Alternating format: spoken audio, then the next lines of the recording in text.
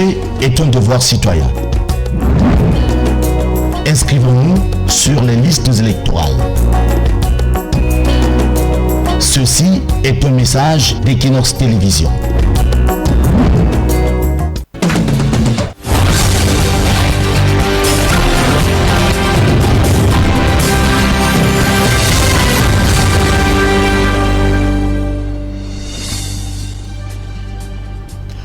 Bonsoir à tous et bienvenue à cette édition du grand format de l'actualité. Au menu de ce journal, la crise au sein de l'église presbytérienne du Cameroun offre un nouvel épisode. Moins de 24 heures après son élection au poste de modérateur de la 68e Assemblée générale, le révérend Jacques Tedium est vivement contesté. La faction conduite par le révérend Pierre Lotitonier dénonce un passage en force malgré l'interdiction du tribunal de première instance de Yaoundé. À suivre également dans ce journal, ce vent de contestation qui souffle sur l'axe Bafoussam-Bamougoum. Les riverains s'opposent au projet d'extension de l'aéroport de Bafoussam. Pour faire entendre leur voix, ils ont posé des barricades sur la route qui mène à cet aérogare. Il a fallu l'intervention du préfet du département de la MIFI pour calmer les esprits surchauffés. Voilà pour le sommaire.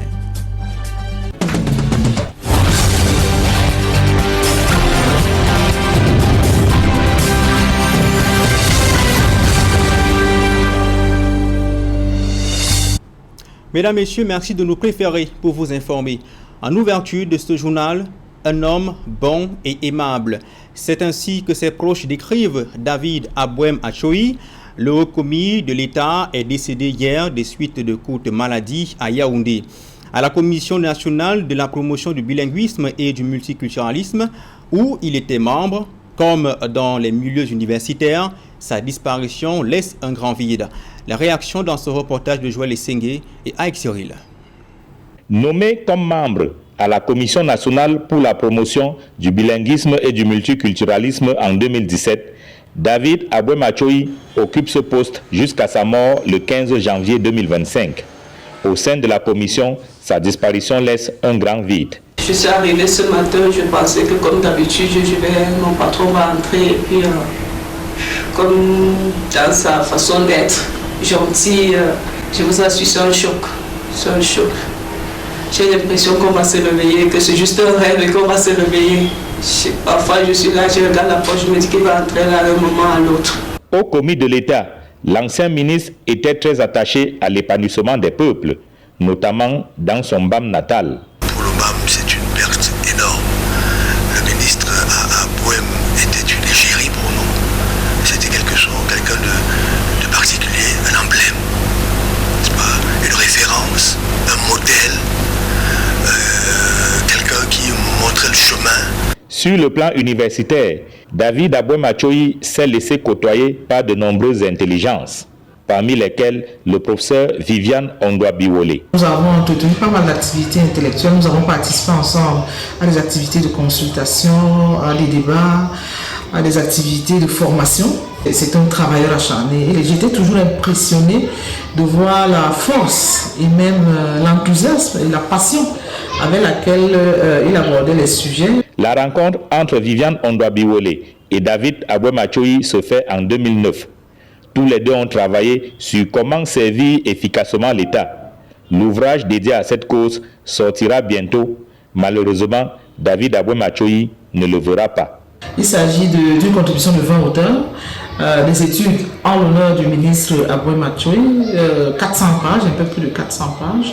C'est vraiment triste qu'il s'en aille comme ça, parce que une dédicace était prévue pour le mois de mars. Serviteur bon et aimable, comme qui dirait, David Abouem Achoyi tire sa révérence, laissant derrière lui un vide qu'il sera difficile, voire impossible, de combler. David Abouem Achoyi, qui vient de quitter ce monde des suites de courtes maladies à Yaoundé, était un fin connaisseur des rouages de l'administration. Après avoir occupé des hautes fonctions, il mettait à disposition sa science de l'État et travaillait à l'apaisement des tensions issues du processus de construction du Cameroun. Les explications de Guy Zogo. La gouvernance. À 81 ans, David Abouem Achoyi, haut commis de l'État et membre de la Commission nationale de la promotion du bilinguisme et du multiculturalisme, est décédé à Yaoundé des suites d'une crise cardiaque. Ce natif du département du Mbam et Noubou, dans le centre du Cameroun, était un produit de l'École nationale d'administration et de magistrature ENAM, dont il était diplômé en 1969. Dans la haute administration, son parcours le conduira au ministère de l'administration territoriale, du plan et de l'aménagement du territoire, à l'économie et au plan, où il occupera les fonctions de secrétaire général entre 1970 et 1974. Le 17 juillet 1975, il est fait secrétaire général des services du Premier ministre avant d'être fait gouverneur du Sud-Ouest et du Nord-Ouest, successivement. En 1984, il est promu secrétaire général de la présidence de la République. Après cette période flamboyante, il sera en quelque sorte mis de côté, des sources indiquant même une brouille avec Paul Biya dans la période des années de braise entre 1990 et 1992. Il n'empêche, sa connaissance des rouages de l'administration camerounaise en faisait un interlocuteur crédible, courtisé tout à la fois par les milieux universitaires, la société civile, les partenaires internationaux du Cameroun et la presse. À ce sujet, son livre « 50 ans de réforme de l'État du Cameroun, stratégie, bilan et perspective » est une somme sur les ressorts de l'administration camerounaise. Revenu dans les bonnes grâces de Paul Biya, il avait été mis en avant lors du grand dialogue national convoqué pour adresser la crise sociopolitique du Nord-Ouest et du Sud-Ouest. À cette occasion, il avait dirigé la commission décentralisation dont l'option pour le Nord-Ouest et le Sud-Ouest avait été d'y instaurer un statut spécial. Avec sa mort, c'est l'un des acteurs majeurs et fins connaisseurs de l'État du Cameroun qui quitte ainsi la scène. On l'annonçait en titre, le projet d'extension de l'aéroport de Bafoussam suscite un certain mécontentement au sein des populations riveraines. Elles ont posé des barricades sur la route qui mène à l'aéroport pour s'opposer à toute intention de les exproprier dans le cadre de ce projet. La foule en colère s'est dispersée après l'appel au calme lancé par le préfet de la MIFI descendu sur le terrain. Raphaël Tcheko, Robert Kenyé et Vivien Tonfac. Sur l'axe qui mène à l'aéroport de Bafoussam-Bamongoum, souffle un vent de contestation. Les riverains de l'aéroport sont sortis en masse, poser des barricades sur la route, entonnant des chants de deuil pour exprimer leur colère suite à la rumeur faisant état de la descente d'une commission conduite par le préfet du département de la MIFI dans l'optique de leur déguerpir. Quand on dit qu'on veut nous enlever là, on va nous enlever pour qu'on nous parte où? Vraiment, nous sommes dépassés avec notre gouvernement camerounais. Je suis conscient de dire une vérité vraie. C'est vraiment bizarre. Je suis à 0 pas, moi qui parle, je suis à 0 pas, de rond-point, aéroport. Mes parents sont morts là-bas, mes enfants sont morts là-bas. On me fait tout ça que je porte le corps ou les cadavres pour aller où? Au milieu de ces hommes et femmes venus dire à haute voix qu'ils n'iront nulle part, des membres d'une des sociétés secrètes du groupement Bamongoum donnent du rythme à la contestation. C'est une danse qui ne sort pas n'importe comment. C'est une danse des guerriers et c'est exclusivement les hommes qui la dansent dans un cadre bien secret. Mais lorsque les femmes sont déjà mélangées, c'est pour dire que le village est en danger. D'après l'autorité administrative, il n'a jamais été question de déguerpissement, mais de reconstitution des bornes sur l'espace appartenant à l'autorité aéronautique. Alors, il s'agit de quoi? Pour éviter des interprétations erronées, l'autorité aéronautique, détentrice d'un titre foncier sur cette assiette foncière. Cette titre foncière est de 449 hectares. Alors, il était question que la commission compétente, c'est-à-dire la commission cadastrale, descende sous l'accompagnement de M. le préfet procéder à ce qu'on appelle la reconstruction des bornes, parce qu'avec le temps, certaines bornes ont disparu. Sauf que l'espace revendiqué par l'autorité aéronautique est bien au-delà, selon ces populations, de ce qui avait été cédé pour la construction de l'aéroport. La zone qu'on est en train de vouloir prolonger, c'est 291 hectares. Imaginez les populations ainsi se sont installées sur 291 hectares. Ces populations iront où?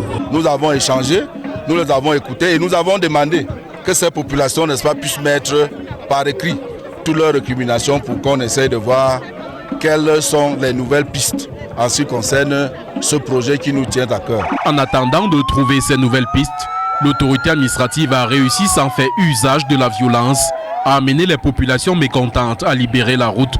Une réunion de crise, apprend-on, est prévue dans les prochains jours. Le nouveau modérateur de l'église presbytérienne du Cameroun est vivement contesté moins de 24 heures après son élection. Le révérend Jacques Tedium a été élu au cours de la 68e Assemblée générale, pourtant interdite par le tribunal de première instance de Yaoundé, centre administratif. Le modérateur de la 67e Assemblée générale, le révérend Pierre Lotitonier, dénonce un coup de force qui ne manquera pas de nourrir le feuilleton judiciaire en cours. Compte rendu de Rodi Gangassi et Marcelin Gansop. Pas un seul pas sans apercevoir des policiers, à partir de l'entrée jusqu'à l'esplanade du secrétariat général de l'église presbytérienne camerounaise à Djungolo. Même les habitants du quartier sont obligés de montrer patte blanche pour aller et venir. C'est que les travaux de la 68e Assemblée générale de cette église se tiennent dans un climat de tension. Dans une ordonnance rendue le 13 janvier 2025, le tribunal de première instance de Yaoundé centre administratif a formellement interdit ses assises. Mais foulant au pied cette décision de justice, le secrétaire général de l'EPC a maintenu les travaux et un nouveau modérateur a été élu. Conscient du feu qui couvre, ce dernier lance un appel à l'apaisement des cœurs. Le Seigneur a permis que ce rassemblement puisse se tenir. Et nous allons marcher pour appeler les frères qui sont encore dans la colère pour que nous puissions nous asseoir. L'église, telle que nous, presbytériens, la concevons, c'est une église de communion. Ce n'est pas une église d'excommunion. Donc nous devons travailler ici là pour éliminer les sources, n'est-ce pas, de l'exclusion. Pour le camp d'en face, dont la voix est portée par le modérateur de la 67e Assemblée générale, les assises qui se tiennent à Yaoundé sont nulles et de nul effet. C'est curieux que malgré une décision de justice, qu'il y ait des Camerounais au-dessus de la loi qui soient en train de faire ce qu'ils veulent. C'est curieux et parfois c'est décevant, je peux le dire. Nous sommes dans un état de droit, nous sommes dans une république et nous avons confiance en la justice camerounaise. C'est donc une nouvelle bataille judiciaire qui s'annonce. Pendant ce temps, l'église presbytérienne camerounaise a deux modérateurs. Celui de la 67e Assemblée générale, dont le mandat n'a jamais été clos, en raison des multiples interdictions des autorités administratives. Et le modérateur fraîchement élu de la 108e Assemblée générale. Nous avons commencé les travaux de l'Assemblée générale, la 67e à Macac, qui ont été interrompus par l'autorité administrative de Séan. Nous sommes arrivés à Yaoundé où plusieurs autres tentatives ont été menées. Le secrétaire général a convoqué la tenue de la 68e Assemblée générale. Nous sommes allés nous plaindre devant la justice. Dans notre confession de foi, nous parlons de la communion des saints. Et il faut que cette communion existe. Si les gens ne veulent pas la communion, on ne peut pas les obliger. Les fidèles assistent médusés à ce spectacle désolant qui plonge une fois de plus l'église presbytérienne camerounaise dans une interminable crise. Maître Richard Tamfou, avocat au barreau du Cameroun, a déféré à la convocation du juge d'instruction du tribunal militaire de Douala. C'était le 15 janvier dernier. Mais cette convocation était, pour le collectif d'avocats qui défend sa cause, truffée d'erreurs, ce qui a donc été à l'origine du renvoi de l'affaire au 28 janvier 2025, date à laquelle on saura réellement les faits qui lui sont reprochés. Jérès Yopar et Stévian Tempeyamfa.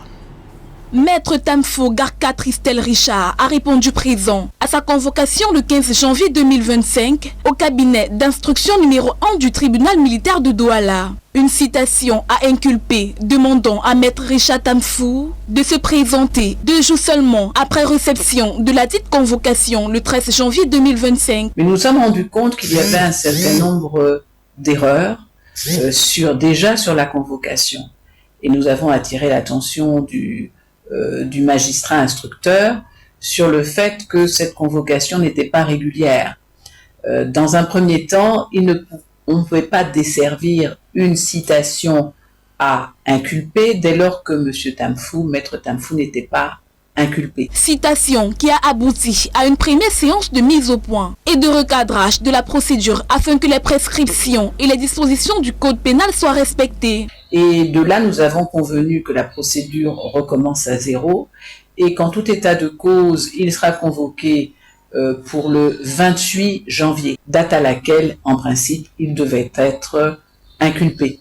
Ce qui nous donnera la possibilité, sans doute, d'avoir connaissance du dossier et des faits qu'on lui reproche. Le collectif d'avocats constitué pour la cause de l'affaire Maître Richard Tamfou réclame justice pour leurs confrères. Nous ne sommes pas dans une logique d'affrontement, de combat, mais une logique de justice. Nous réclamons juste que le droit de Maître Tamfou soit protégé et clairement affirmé au vu aussi de tous. Dans une vidéo qui date du 27 novembre 2024, on voit maître Richard Tamfou, victime de violences et de barbarie policière, ce qui l'avait d'ailleurs conduit à l'hôpital Lakintini de Douala. Les résultats des examens médicaux révélaient alors que l'homme de droit était victime de contusion. Une question se pose, l'avocat au barreau du Cameroun est-il passé de victime à coupable? Il faudra attendre le 28 janvier 2025, date de la prochaine convocation, pour en savoir davantage.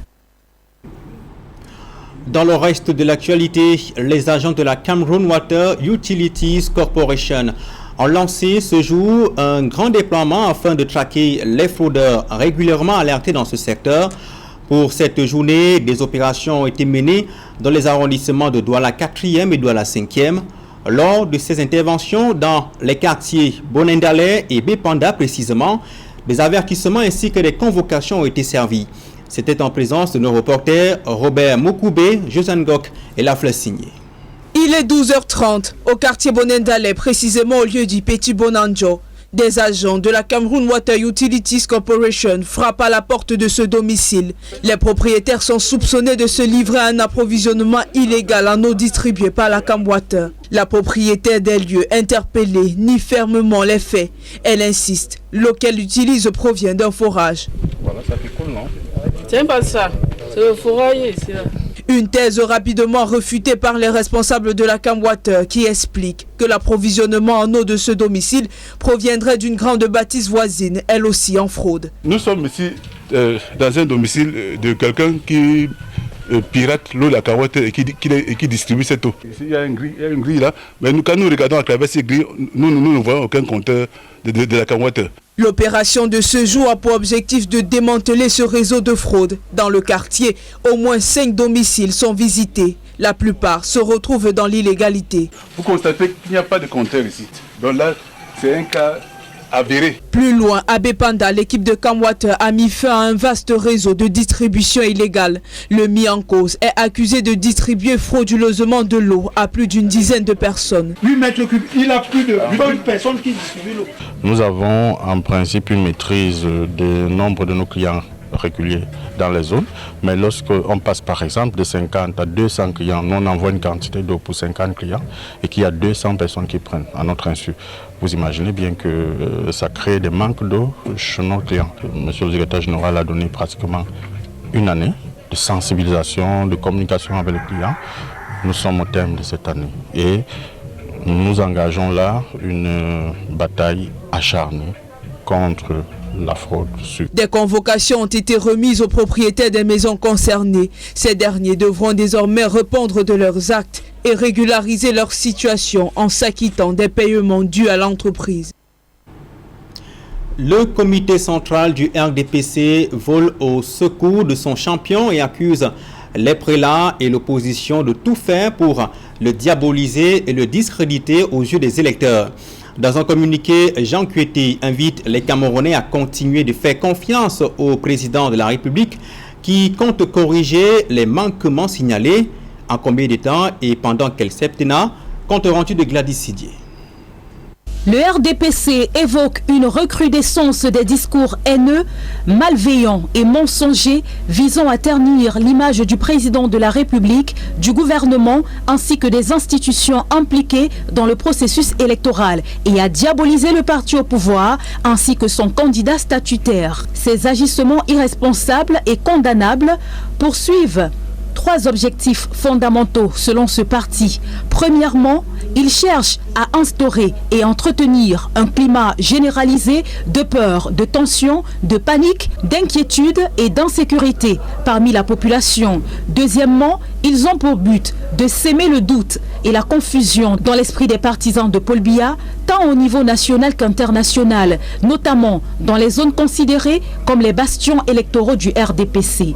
Enfin, ils visent à préparer les consciences à des violences en cas de défaite ou de non-participation de certains candidats à l'élection présidentielle. Le comité central du RDPC qui invite les présidents des différentes sections à un encadrement strict des militants à la veille des élections rappelle que le Cameroun n'est pas un pays des médias sociaux et exhorte tous les acteurs à faire preuve de retenue dans leur discours en se donnant rendez-vous dans les urnes. Cependant, tout n'est pas aussi idéal que le RDPC pourrait le faire entendre pour défendre son champion. Le parti reconnaît qu'il existe des insuffisances à corriger et fait également une nouvelle promesse aux Camerounais, celle de présenter un projet de société fondé sur des propositions innovantes, originales, modernes, adaptées à notre époque et à notre environnement, tout en étant réaliste et réalisable. Ce projet de société, selon le RDPC, portera la marque de l'expérience et de la sagesse, entre autres.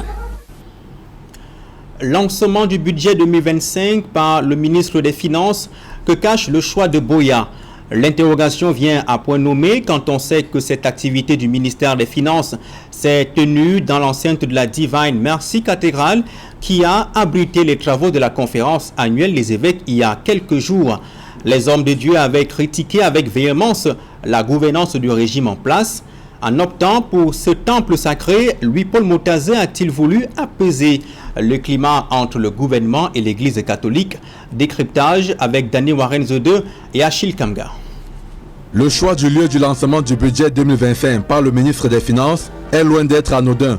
Pour ce traditionnel exercice, Louis-Paul Motazin et sa délégation ont jeté leur dévolu sur la ville de Boya, non pas dans les salles VIP d'hôtel, comme c'est souvent le cas, mais dans l'enceinte de la St. Pius Awa Memorial Pastoral Center. C'est ce temple de Dieu qui a abrité il y a quelques jours les travaux de la 48e session annuelle des évêques du Cameroun.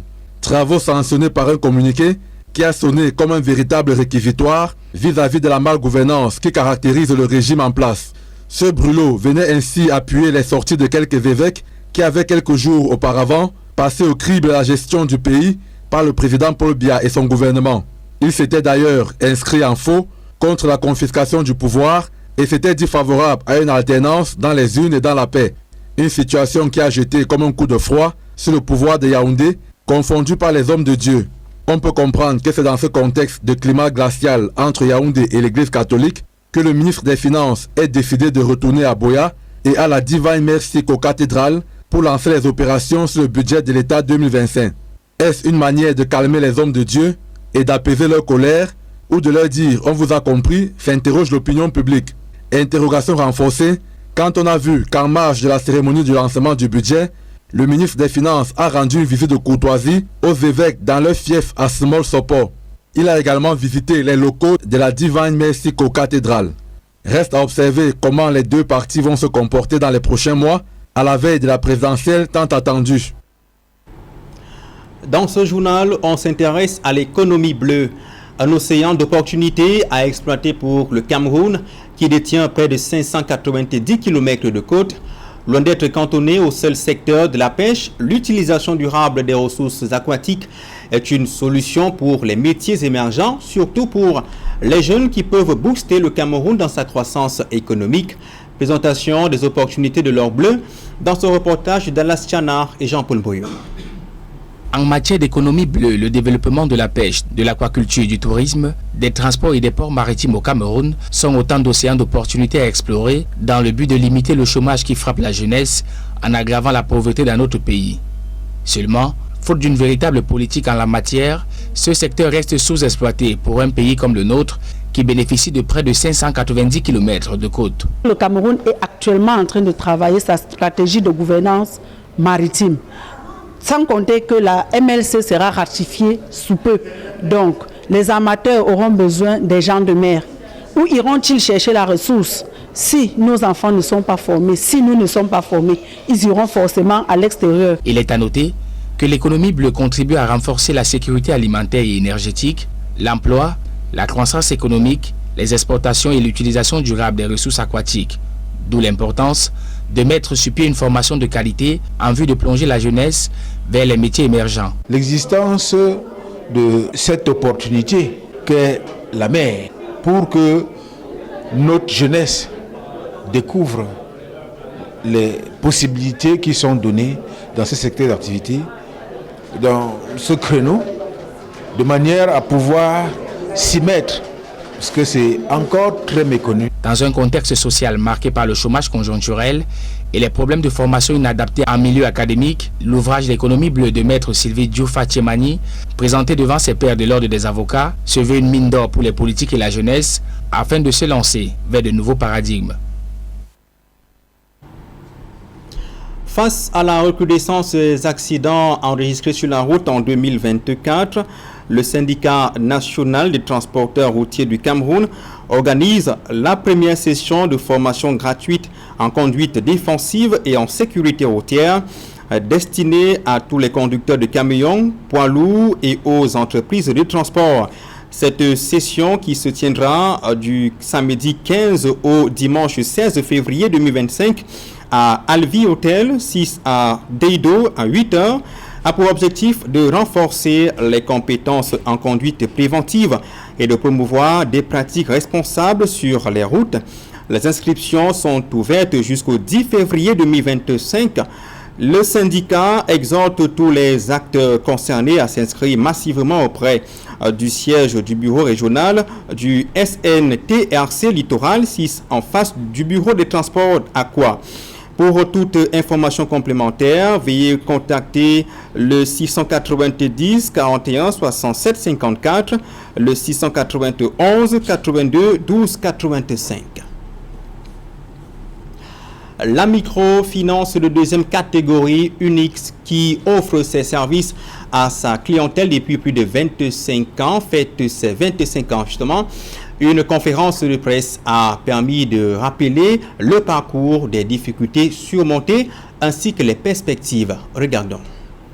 25 ans plus tard, Unix PLC, un établissement de microfinance qui a déjà pignon sur rue, a parcouru un long chemin. De quoi susciter une célébration qui s'est matérialisée d'abord par un teasing dans les rues de Yaoundé et ensuite par une conférence de presse. Notre chemin pour les 25 ans que nous avons parcouru est vraiment un rêve qui se réalise pour nous. Parce que quand je regarde les 30 personnes qui se sont assises le dimanche 15 janvier 2000 pour pouvoir constituer Unix et le chemin que nous avons parcouru jusqu'ici, c'est vraiment un honneur pour nous. Depuis lors, de nombreuses réalisations ont été accomplies, dont l'ouverture de plusieurs agences. We had just one branch here in Yaoundé Marché Central. When we opened our doors 2000, we've moved beyond just the center region. We now cover 6 regions, the south, the center, littoral, southwest, northwest and the west regions. Malgré les difficultés rencontrées, dont le Covid-19 et la crise dans le nord-ouest et le sud-ouest, Unix PLC a su trouver des palliatifs pour aller de l'avant. We've looked for other ways of being able to do business and we've given assurances to all those customers, some who had to move.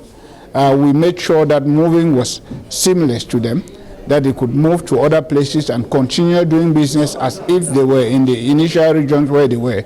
Une proactivité qui réjouit sa clientèle. Depuis plus de 15 ans, je suis avec Unix. C'est vraiment une structure qui met tout le monde à l'aise.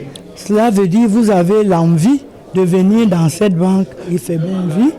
On accompagne les clients comme il faut. L'accueil est vraiment favorable. It is almost 20 years I am in Unix now.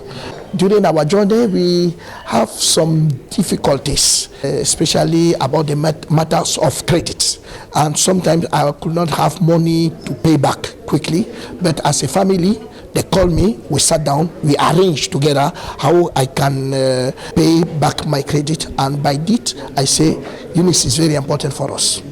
Et les perspectives pour Unix PLC se veulent optimistes. Nous comptons capitaliser là-dessus et continuer à pouvoir renforcer nos services auprès de ce niveau de population en élargissant nos services en ligne avec les agences, encore plus des agences qu'on va ouvrir et des plateformes digitales pour pouvoir mieux servir nos clients. 25 ans après sa création, Unix PLC est passé de microfinance de catégorie 1 à celle de catégorie 2 avec un capital social de 1,6 milliard de francs CFA.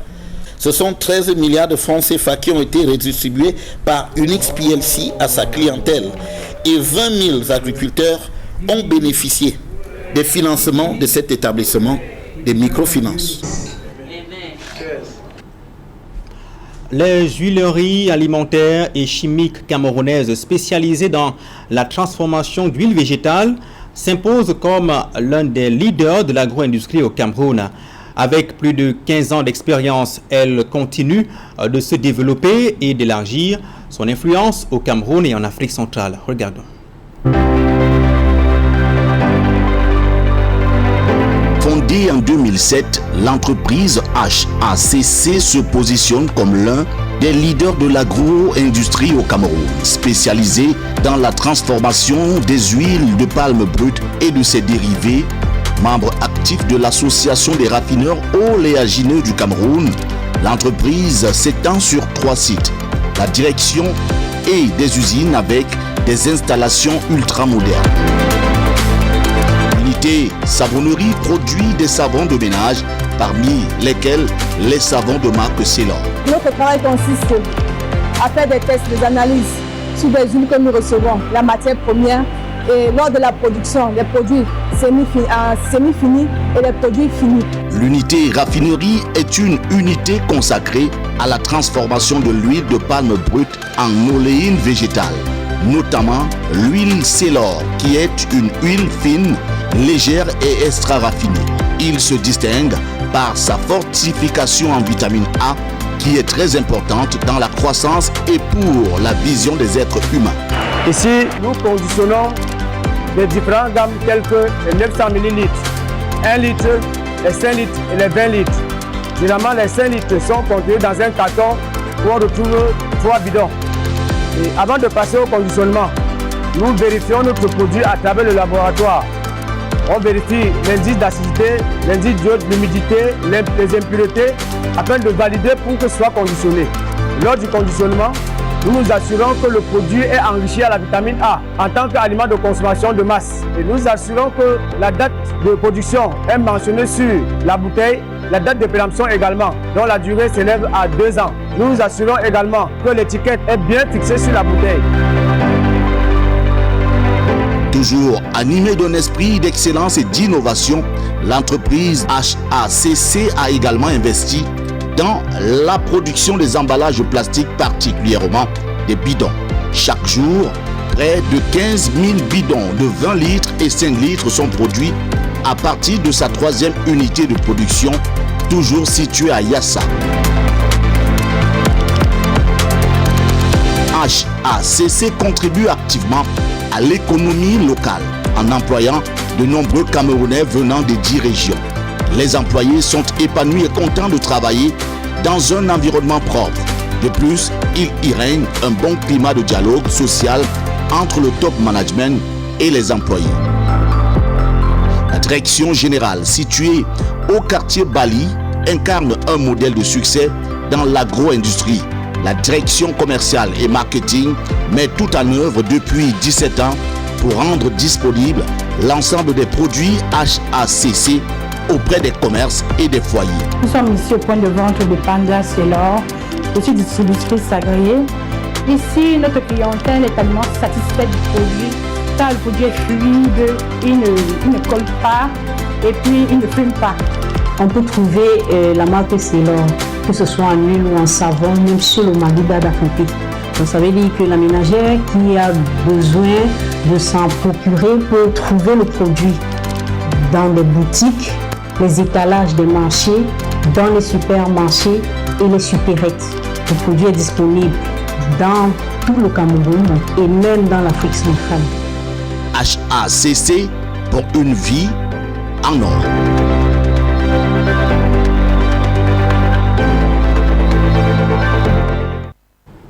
Ainsi s'achève ce journal. Merci à tous de l'avoir suivi. Dans un instant, Equinoxois, deuxième partie avec Serge Loto et ses invités pour le débrief du journal. Bonsoir Serge. Bonsoir Uri Ngonomala. Débat sur la candidature ou pas de Paul Biya à la présidentielle d'octobre 2025. Le RDPC, par la voix de son secrétaire général, de son comité central, répond aux acteurs politiques et sociaux. Tout à fait, c'est Jalin. Le comité central du RDPC vole au secours de son champion et accuse les prélats ainsi que l'opposition de tout faire pour le diaboliser et le discréditer aux yeux des électeurs.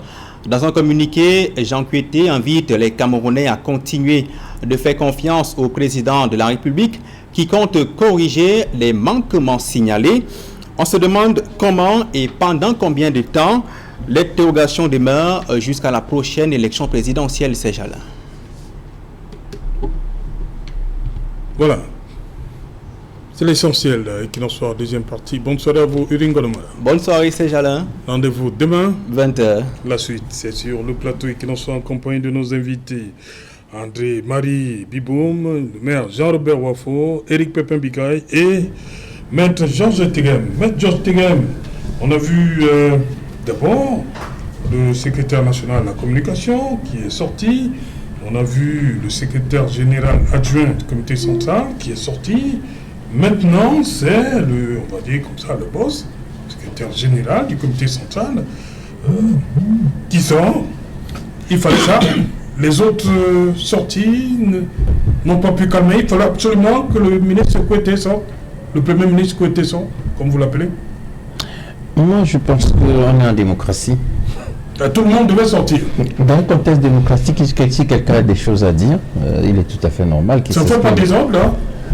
Le ministre Ouna s'était déjà exprimé. Le ministre Famendongo s'est exprimé. Pourquoi Jean Kueté? Il y aurait des ordres si les discours des uns et des autres n'étaient pas des discours d'apaisement. Moi, je suis tout à fait conscient de ce que tous ceux qui se sont exprimés sont restés dans un cadre, si vous voulez, constructif. Oui. Personne n'a voulu mettre le feu aux poudres, comme on dit. Et vous croyez que cette lettre ne met pas... Parce que les termes sont forts, hein? Oui, mais dans une mesure pour amener les uns et les autres à respecter la phase préélectorale, comme a d'ailleurs rappelé, parce que vous dites même le président du RDPC, à l'occasion de son discours à la nation, a rappelé qu'il souhaite qu'on agisse avec responsabilité pendant la phase préélectorale, pendant le déroulement du scrutin et après. Donc moi je pense que si monsieur le Premier ministre, secrétaire général, a estimé bon de faire un communiqué, c'est parce que il a observé que la démocratie n'autorise quand même pas tout. Parce que vous voyez, la démocratie allait jusqu'à convoquer Satan. Il était tout à fait normal que le RDPC en responsabilité rappelle que en responsabilité le RDPC fera tout ce qu'il pourra faire que Satan ne s'empare pas du Cameroun. C'est un devoir. Les Camerounais ont confié la responsabilité au RDPC. Et il leur appartient de tenir le pays et en sorte que, alors jamais, mais alors pourrions au moins que Satan prenne le Cameroun, parce que ce n'était pas ce que les Camerounais sont en droit d'attendre de ces mandataires, ou alors de leurs mandataires, notamment les membres du RDPC qui jusqu'à présent sont en situation de responsabilité. Parce que c'est le RDPC qui est en responsabilité. Son secrétaire général, donc, observant qu'il y avait la démocratie avait entraîné un certain nombre de comportements qui visaient à jeter de l'huile au feu. Oui. Moi, il me semble normal qu'il fasse une sortie pour donner son avis sur un sujet qui fait quand même un peu parler tout le monde. Voilà. C'est le maire Wafo.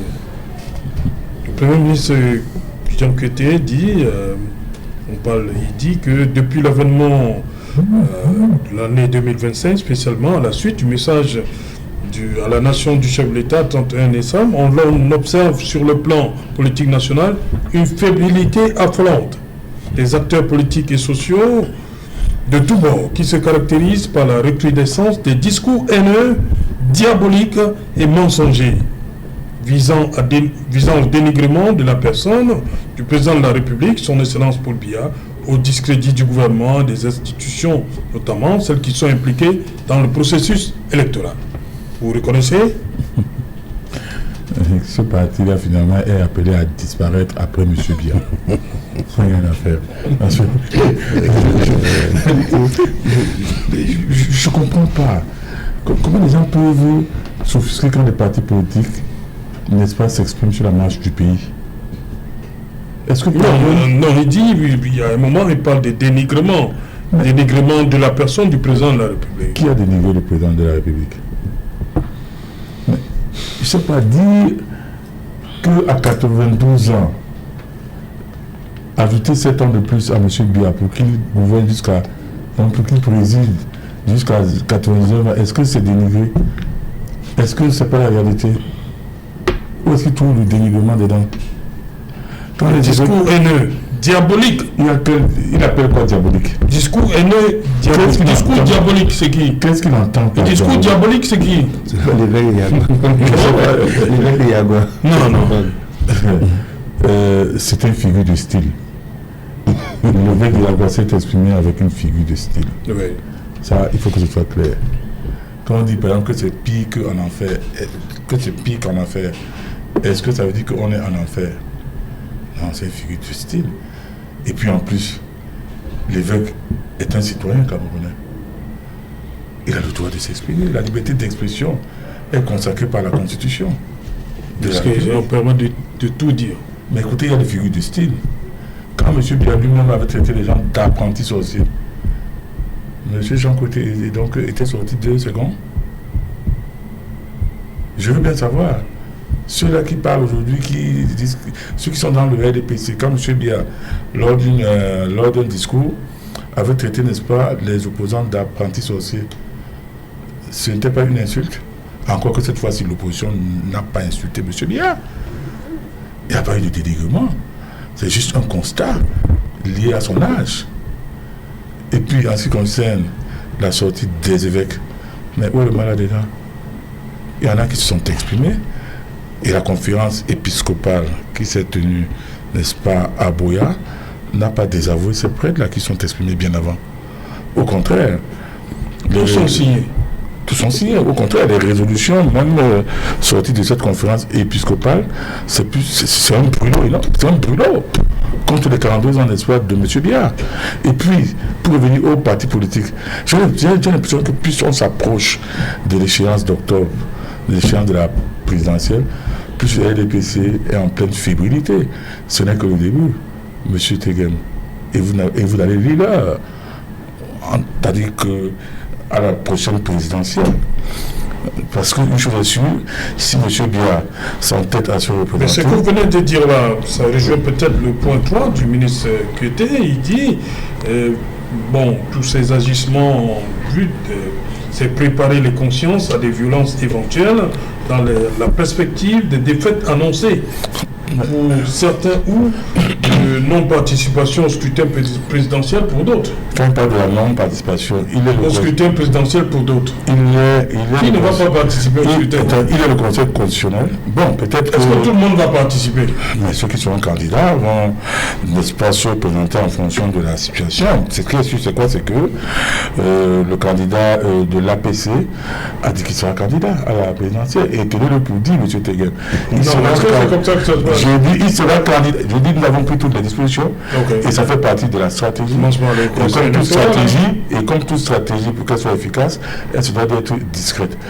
Je dis, une fois de plus, le professeur Maurice Kamto est prêt.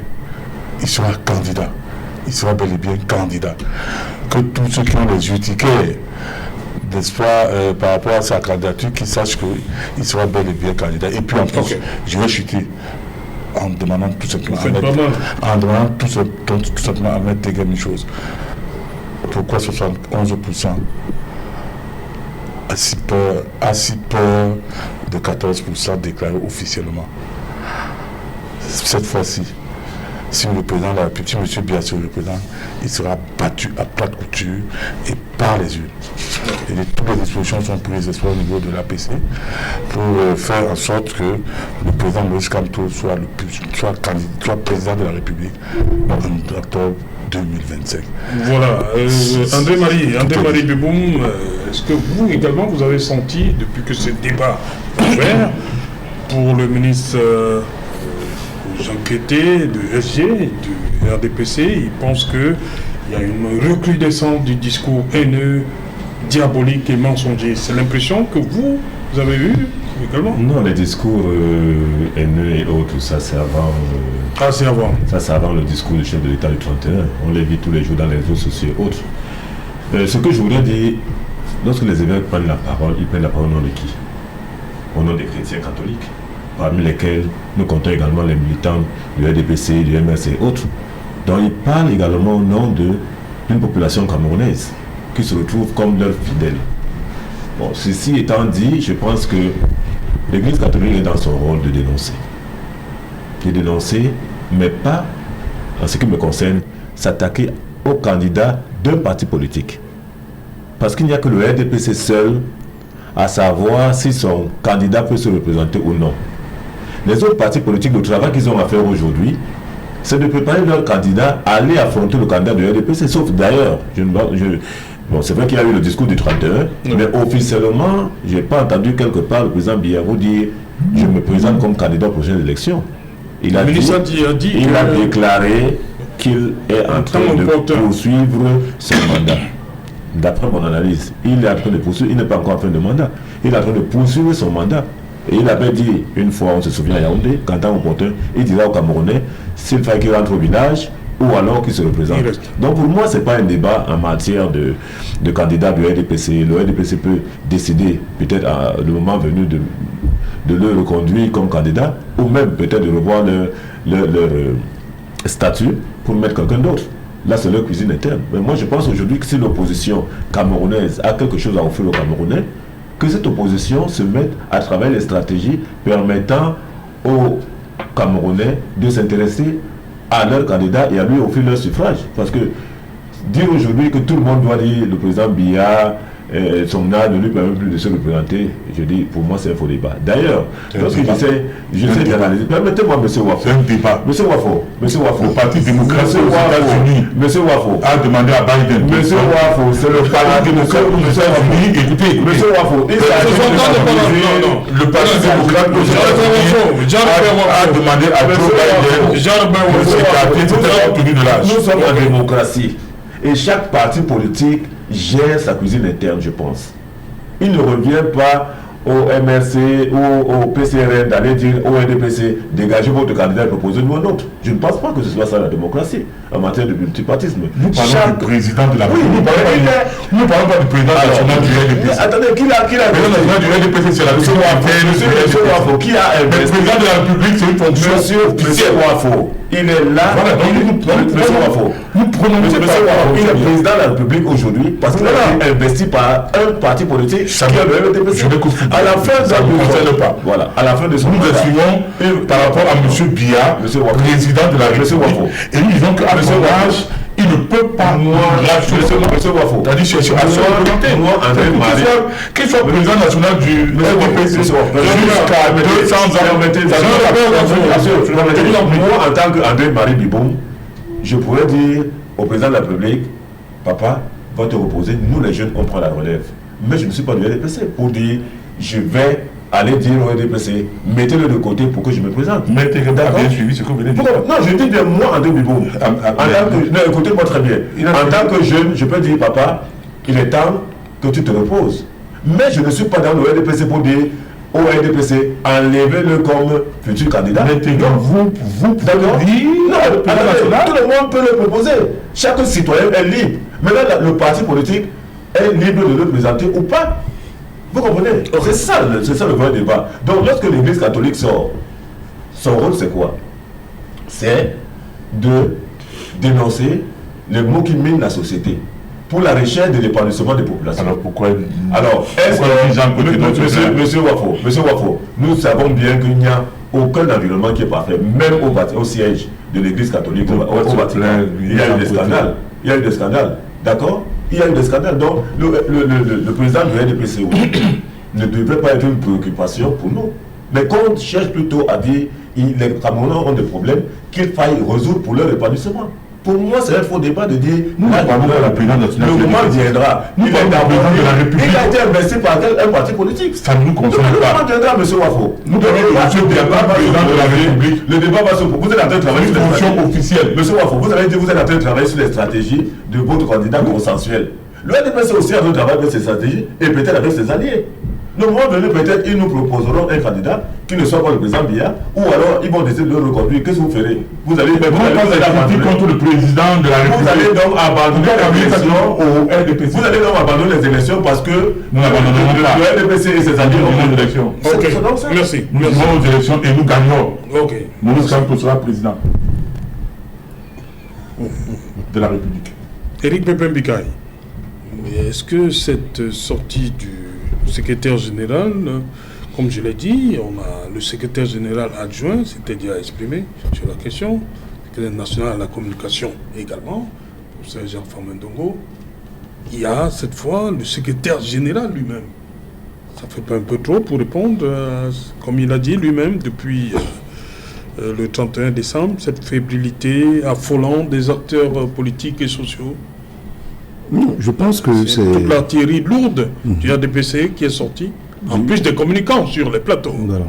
Je pense que la sortie du secrétaire général du RDPC est dans une posture normale. C'est le patron du parti au niveau national. Et lorsqu'il y a une communication qui concerne son parti, je pense que c'est la voie la plus autorisée. Maintenant, il y a les supplétifs tels que le secrétaire adjoint à la communication et autres dignitaires du parti qui peuvent sortir. Mais à la fin, quand même, ça peut faire cacophonie. Et puis, ça peut faire comme chorus sur une vérité cachée. Il ne faut pas oublier que, constitutionnellement, le président de la République peut se représenter ad vitam aeternam. C'est la constitution du 18 janvier 1996 qui le permet, révisée en 2008. Je pense qu'au niveau des textes du parti également, du RDPC, on dirait le candidat naturel, voilà, comme disent souvent mes frères, mes beaux de l'Ouest, le président a réussi à féticher l'ensemble des textes qui structurent la République à sa faveur. Ça, c'est également un fait. Mais nous sommes également là face à un problème d'éthique, de morale. En avril 2024, le Sénégal a élu un jeune garçon de 44 ans aujourd'hui, il a 45 ans. Ça interroge quand même tout au moins, parce que lorsqu'on voit, c'est pratiquement les mêmes pays qui étaient dans ce qu'on appelait l'Union française à cette époque et qui ont été indépendants au début des années 60. Lorsqu'on regarde un peu l'évolution de ces pays d'Afrique de l'Ouest là, on voit quand même une certaine construction de la démocratie basée sur les chances qu'on donne à tout citoyen de pouvoir accéder à la majesté suprême. Mais quand on revient en Afrique centrale et particulièrement au cas du Cameroun, on sent un conservatisme qui est alimenté par les intellectuels comme Maître Téguin par exemple. Et ça frustre un peu parce qu'en réalité, la question qu'on se pose, c'est que on va où? Qu'est-ce qu'on veut construire? Quand on veut justifier de manière intellectuelle, de manière juridique, la candidature du président de la République à 92 ans, dans un monde qui va vite, où on a besoin de dirigeants qui courent et non ceux qui marchent, il y a quand même lieu de s'interroger. Notre problème, en fait, le problème du débat aujourd'hui sur la scène publique n'est pas lié sur la constitutionnalité de la candidature du président de la République ou sur le caractère associatif de la déclaration de sa candidature au niveau de son parti. Ça, c'est acté. Mais c'est lié à sa capacité à se mouvoir, à assurer pleinement les fonctions de président. Il ne faut pas oublier que depuis pratiquement 2019, il a attribué au secrétaire général la délégation permanente des signatures. C'est un acte qui dénote du fait qu'il ne peut plus être disponible pour gérer un certain nombre de problèmes qui ont trait à l'avenir de la République. Mais il y a aussi le fait que ces intellectuels qui animent le parti RDPC, qui sont dans la technostructure de l'État, doivent également se dire qu'à un moment, on peut peut-être dans l'establishment trouver quelqu'un d'autre pour pouvoir continuer le travail dignement abattu par le président de la République depuis 42 ans. Pourquoi pas mettre Téguin? Nous sommes aussi conscients que, compte tenu du passé du président de la République, des acquis actuels, il est difficile pour un parti d'opposition quelconque de battre un candidat du RDPC. Mais il faudrait également que le RDPC ait le courage en interne de pouvoir poser le problème de la tenance à l'intérieur de son parti, mais également de présenter un candidat autre que le candidat naturel du RDPC. Parce qu'en réalité, c'est comme une paresse de pouvoir... un candidat du parti. Écoutez un peu, Jean-Robert, s'il vous plaît. C'est comme une paresse pour les intellectuels du RDPC de pouvoir s'agripper sur la seule candidature du président de la République. Pourtant, à l'intérieur de ce parti-là, il y a des éminences grises, des compétences capables de pouvoir continuer le travail du président de la République. Ok, merci. On est arrivé au thème de ce numéro qui en soit. Merci, Maître Téguin, d'être passé. C'est le RDPC qui vous remercie. Voilà, merci, André-Marie. Merci, c'est Jean-Léon. Merci, monsieur le maire. Merci Serge, le plaisir a été le mien. Voilà. Éric Pépin, merci d'être passé. Merci Serge. Voilà, madame, monsieur, nous sommes donc arrivés au terme de ce numéro Equinoxoir. Le prochain rendez-vous, le dernier de la semaine, c'est demain, à partir de 19h. Bonsoir.